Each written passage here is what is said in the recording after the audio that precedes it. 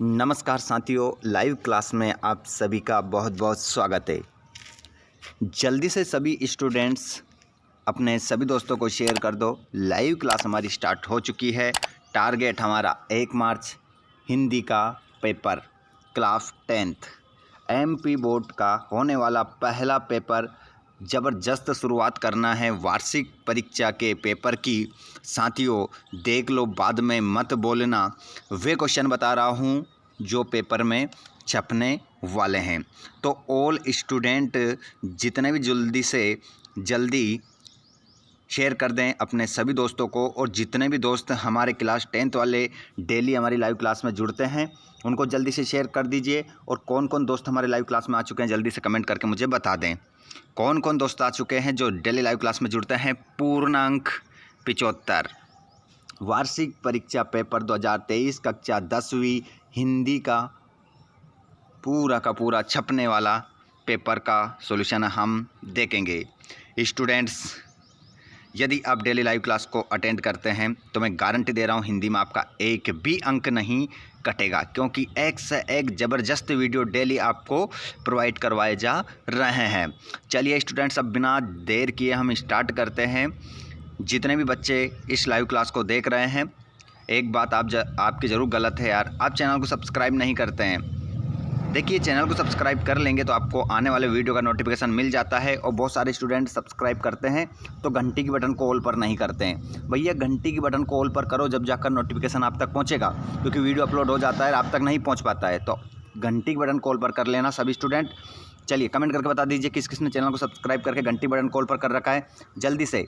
फिर हम स्टार्ट करते हैं, उसके बाद में बीच में बोलने की आवश्यकता नहीं पड़ेगी, पहले ही बोल देता हूँ।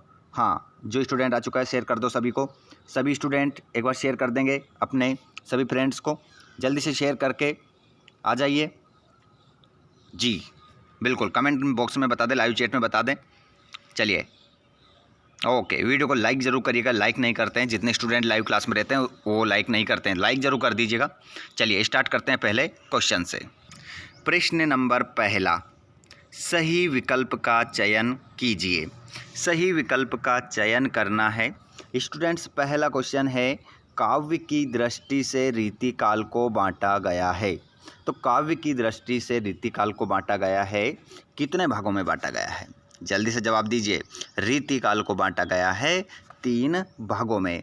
जो हमारे टॉपर के लिस्ट में स्टूडेंट आते हैं, जो डेली क्वेश्चन हम उनसे पूछते हैं वो जवाब देते हैं, तो आप लाइव क्लास में इसके आंसर बता सकते हैं। ठीक है, जैसे ही हम क्वेश्चन करते हैं तो आप आंसर बता सकते हैं। और जो हमारे दोस्त बिल्कुल वर्ष जिन्होंने पढ़ाई नहीं करी है ना, अगर आप डेली क्लास को देख रहे हैं और इन प्रश्नों को याद कर रहे हैं ना, तो आपका 100% गारंटी के साथ कह रहा हूँ एक भी क्वेश्चन बाहर नहीं जाएगा स्टूडेंट्स। बस डेली क्लास में जुड़ना है आप लोगों को। क्वेश्चन नंबर दूसरा, सूर के पदों में तेल की गागरी कहा गया है। सूर के पदों में तेल की गागरी कहा गया है। तो सूर के पदों में तेल की गागरी कहा गया है उद्धव को। किसको कहा गया है? उद्धव को कहा गया है। नेक्स्ट क्वेश्चन, चरणों में निहित मात्राओं के आधार पर दोहा है। देखिए, चरणों में निहित मात्राओं के आधार पर जो दोहा है साथियों, वो अगला क्वेश्चन यदि आप देखेंगे स्क्रीन पर, तो क्वेश्चन में क्या कह रहा है कि चरणों में निहित मात्राओं के आधार पर दोहा है। तो चरणों में देखिए, चरण मतलब होता है जैसे कि लाइनें होती है ना, लाइनें, उनको क्या कहा जाता है? चरण कहा जाता है। तो चरणों में निहित मात्राओं के आधार पर जो दोहा होता है वो कैसा छंद है? तो ये जो छंद है वो है अर्धसममात्रिक छंद। ठीक है, अर्धसममात्रिक छंद इसको कहा जाता है। गलत मत कर दीजिएगा, यहाँ पर देखिए बहुत सारे कंफ्यूज करने वाले ऑप्शन है। ठीक है, तो अर्धसममात्रिक छंद कहलाता है। नेताजी का चश्मा कहानी का मूल भाव है। नेताजी का चश्मा कहानी का मूल भाव, भैया नेताजी का चश्मा, नेताजी के लगाते थे चश्मा।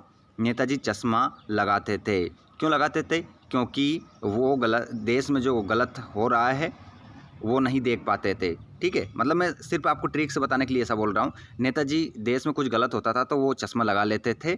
देश उनके मन में क्या था? देशभक्ति की भावना। उनके मन में क्या था? देशभक्ति की भावना, देश प्रेम की भावना का होना। इस कारण से नेताजी क्या लगाते थे? चश्मा। अब नहीं भूलोगे। अगला क्वेश्चन, वे धीरे धीरे रोने लगा वाक्य में क्रिया विशेषण का भेद है। देखिए क्रिया विशेषण के कितने प्रकार होते हैं कमेंट बॉक्स में बताएंगे। जितने भी स्टूडेंट्स मेरी बात को सुन रहे हैं और इस वीडियो को देख रहे हैं, बताइए मुझे वे धीरे धीरे रोने लगा क्रिया विशेषण का कौन सा भेद है और क्रिया विशेषण के भेद कितने होते हैं ये बताना है। ठीक है, तो चलिए ये तो मैं बता देता हूँ।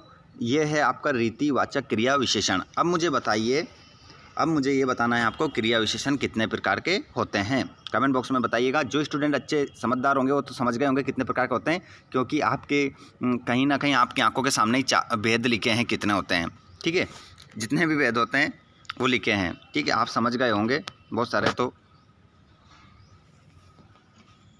क्वेश्चन नंबर नेक्स्ट, भोलानाथ और उनके हम उम्र चबूतरे के एक कोने को बना देते थे। भोलानाथ और उनके हम उम्र चबूतरे के एक कोने को बना देते थे। क्या बनाते थे साथियों? मान लो आप भी एक छोटे बच्चे हैं और आपके छोटे दोस्त भी बिल्कुल आपके जैसे हैं बराबर वाले, तो आप किसी भी कोने को क्या बनाते थे? नाटक घर। आप नाटक खेलने लगते थे। ठीक है, तो नाटक घर बना देते थे। नेक्स्ट क्वेश्चन रिक्त स्थान के रूप में देखेंगे। क्वेश्चन एक भी गलत नहीं होना चाहिए। अगर लाइव क्लास में आप डेली जुड़ रहे हैं तो सबसे ज़्यादा मार्क्स आप लोगों के ही आना चाहिए। जिस प्रकार बगलों में हंस अलग दिखाई देता है, उसी प्रकार सभी विद्यार्थियों में इस चैनल पर पढ़ने वाला विद्यार्थी सबसे अलग नज़र आना चाहिए। सबसे पहले पेपर आपका होना चाहिए, प्रत्येक क्वेश्चन का आंसर आपको याद होना चाहिए। प्रश्न क्रमांक दूसरे का उत्तर क्या है इसमें? परशुराम अपना गुरु किसको मानते थे? कौन से भगवान को मानते थे?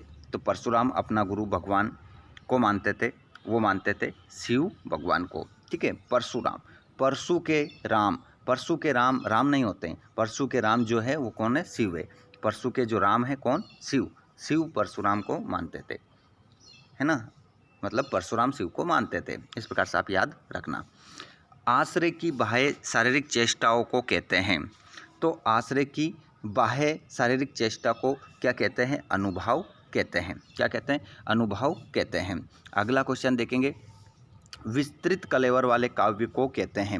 विस्तृत, विस्तृत का मतलब होता है बड़ा, बड़ा कलेवर वाले काव्य को कहा जाता है। क्या कहा जाता है? तो इसको कहा जाता है दोस्तों, अगर ऑप्शन में महाकाव्य नहीं होता तो अपन प्रबंध काव्य लिख देते। क्या लिख देते? प्रबंध काव्य। लेकिन ऑप्शन में अगर महाकाव्य प्रबंध काव्य नहीं, महाकाव्य में ऑप्शन दे रखा है तो महाकाव्य लिखेंगे, खंडकाव्य नहीं लगाएंगे, क्योंकि महाकाव्य और खंडकाव्य प्रबंध काव्य के भेद होते हैं।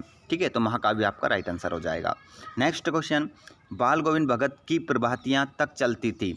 तो बाल गोविंद भगत की जो प्रभातियाँ हैं वो कहाँ तक चलती थी? तो वो चलती थी फागुन मास तक। फागुन, फागुन, प्रभा, प्रभा, फागुन। देखिए यहाँ पर आया प्रा और यहाँ आया फा, प्रभा, प्रभा, है ना, ऐसा याद रख लेना, प्रभा, फागुन। अगला क्वेश्चन, वाक्य से किसी क्रिया के करने या होने की सामान्य सूचना मिलती है, वो कौन सा वाक्य कहलाता है? तो ये वाक्य कहलाता है विधानवाचक। विधानवाचक वाक्य कहलाता है। नेक्स्ट क्वेश्चन देखेंगे। कटाव में बर्फ से ढके पहाड़ की तरह चमक रहे थे। तो कटाव में बर्फ से ढके पहाड़ की तरह चमक रहे थे। किसकी तरह चमक रहे थे? तो ये चमक रहे थे चांदी की तरह, चांदी की तरह। पूरा सॉल्यूशन आपको मिलेगा। देखिए मैंने अभी तक शुरू में आपसे मैंने बोला था चैनल को सब्सक्राइब करने का, शेयर करने का, वीडियो को लाइक करने का, लेकिन अभी तक नहीं बोल रहा है, क्योंकि बीच में नहीं बोलूँगा दोस्तों। जो भी दोस्त हमारे जुड़ते जा रहे हैं आप अपनी इच्छा से करते जाइए। वीडियो को शेयर कर दो, लाइक कर दो, और आगे भी वीडियो पाना चाहते हो तो चैनल को सब्सक्राइब कर लीजिए, क्योंकि बीच में बोलने की आदत नहीं है दोस्तों। पढ़ाने में डिस्टर्ब होता है, दिक्कत आती है। आप लोग ज़्यादा से ज़्यादा दोस्तों को शेयर कर दो। उत्साह कविता, उत्साह कविता जो है ये क्या है? एक आह्वान गीत है। ध्यान रखिएगा, आह्वान गीत, आह्वान का मतलब होता है बुलावा, एक बुलाने का, एक वीरों को पुकारने का गीत है। मानवीय क्रियाओं का आरोप कौन सा अलंकार कहलाता है? मानवीकरण अलंकार कहलाता है। रिपोर्ताज की भाषा जो है वो है फ्रेंच। कौन सी भाषा है? फ्रेंच भाषा है।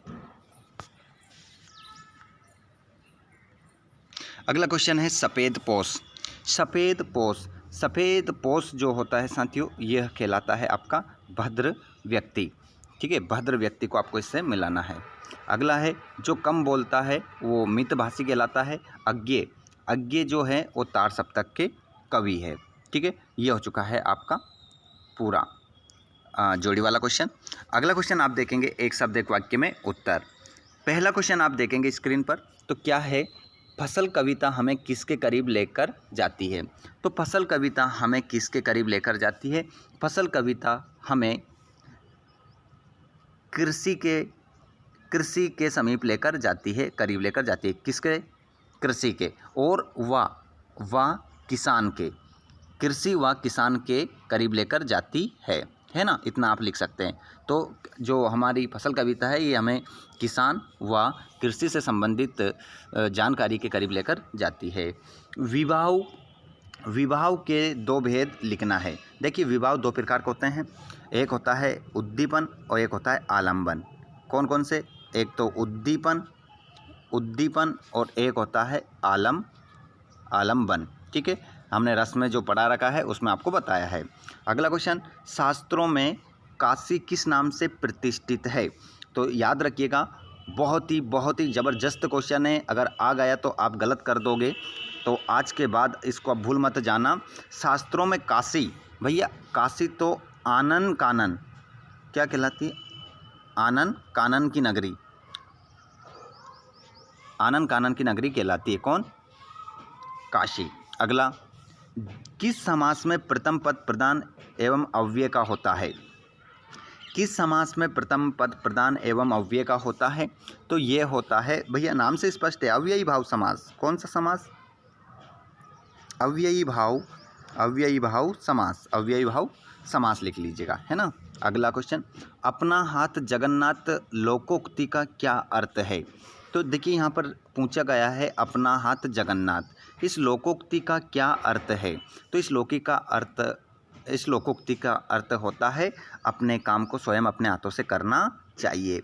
अपना काम स्वयं अपने हाथों से करना चाहिए, अपना काम स्वयं अपने हाथों से करना चाहिए। ठीक है। अगला क्वेश्चन, भोलानाथ के पिता फूल के कटोरे में उसे क्या सानकर खिलाते थे।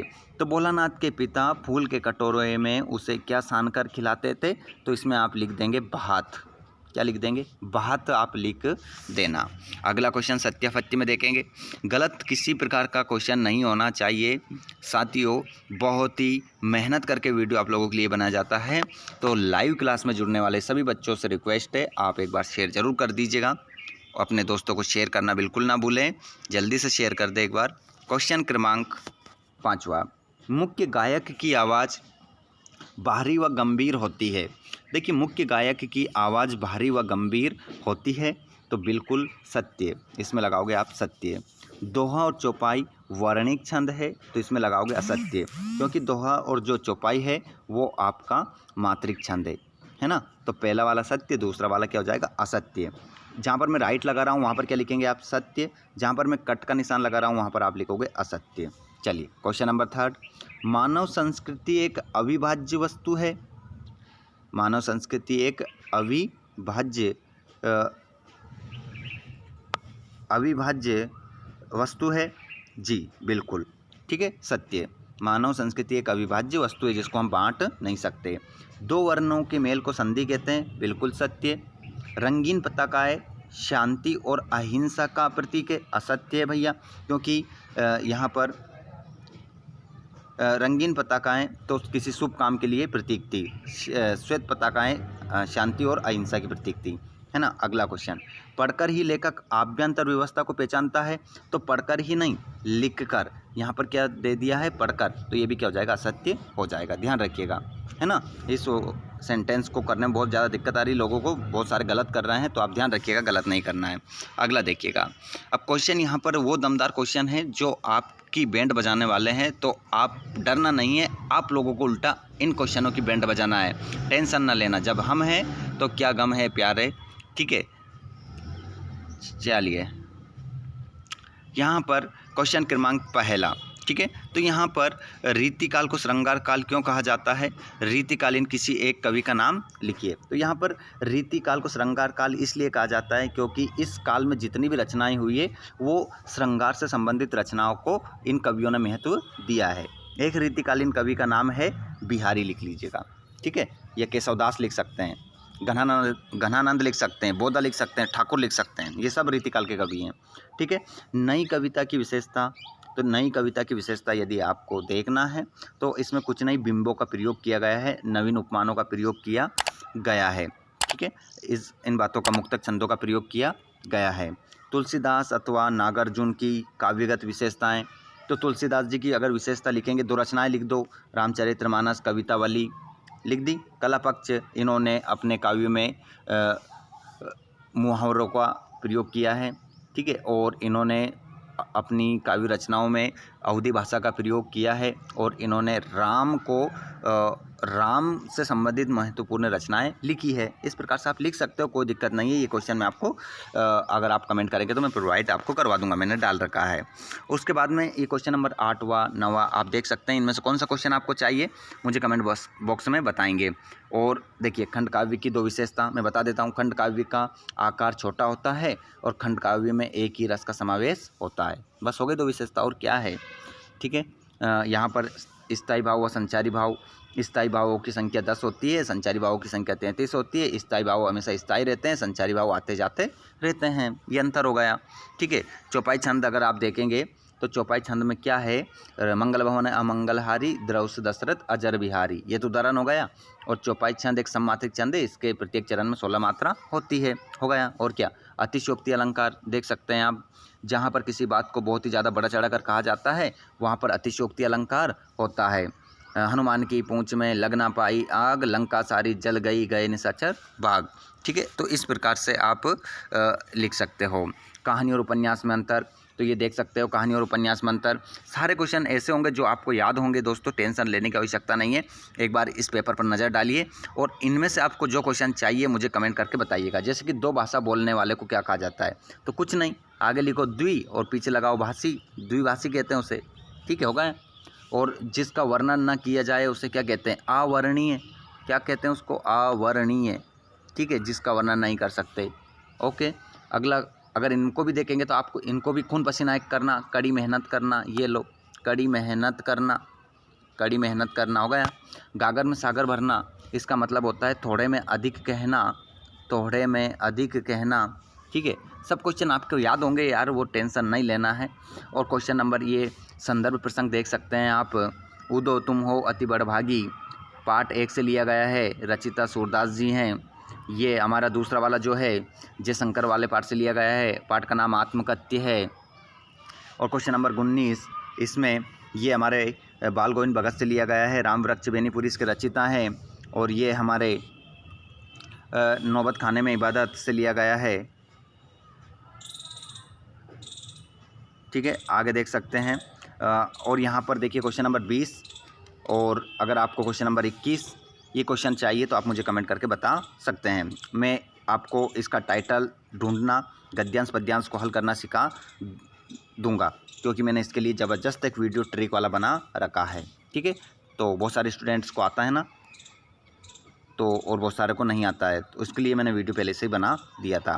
क्वेश्चन नंबर 22 में अपने वार्ड में व्याप्त गंदगी को दूर करवाने हेतु नगर पालिका अधिकारी को एक आवेदन पत्र लिखना है। इसके लिए मैंने वीडियो अलग से बना रखा है। आप मुझे अगर कमेंट करेंगे ना क्वेश्चन नंबर हमें 22 का उत्तर चाहिए, तो मैं आपको तुरंत सेंड कर दूंगा। और क्वेश्चन नंबर 23, इनमें से जो भी निबंध आपको लिखना है मुझे कमेंट कर दीजिएगा, मैं आपको सेंड कर दूँगा। तो मेरे स्टूडेंट्स कहाँ से देख रहे हैं इस वीडियो को, जितने भी हैं अभी लाइव क्लास में जुड़ रहे हैं, आप कहाँ से इस वीडियो को देख रहे हैं और आपका नाम क्या है, कमेंट बॉक्स में मुझे बता दीजिएगा। और जाते जाते प्लीज़ आप सभी से रिक्वेस्ट है, एक बार शेयर ज़रूर करिएगा अपने व्हाट्सएप ग्रुप पर, स्टेटस पर, अपने दोस्तों को, कोचिंग वालों को, स्कूल वालों को, सभी को शेयर करना है। जहाँ भी पहुँचे ये वीडियो सबसे पहले पहुँचना चाहिए। तो ऑल स्टूडेंट्स शेयर कर दीजिएगा। अगली क्लास आप लोगों को फिर हम प्रोवाइड करवाएंगे हिंदी की। बने रहिएगा, चैनल को सब्सक्राइब करके रखिएगा, इंतज़ार कीजिएगा अगली क्लास के आने का। धन्यवाद।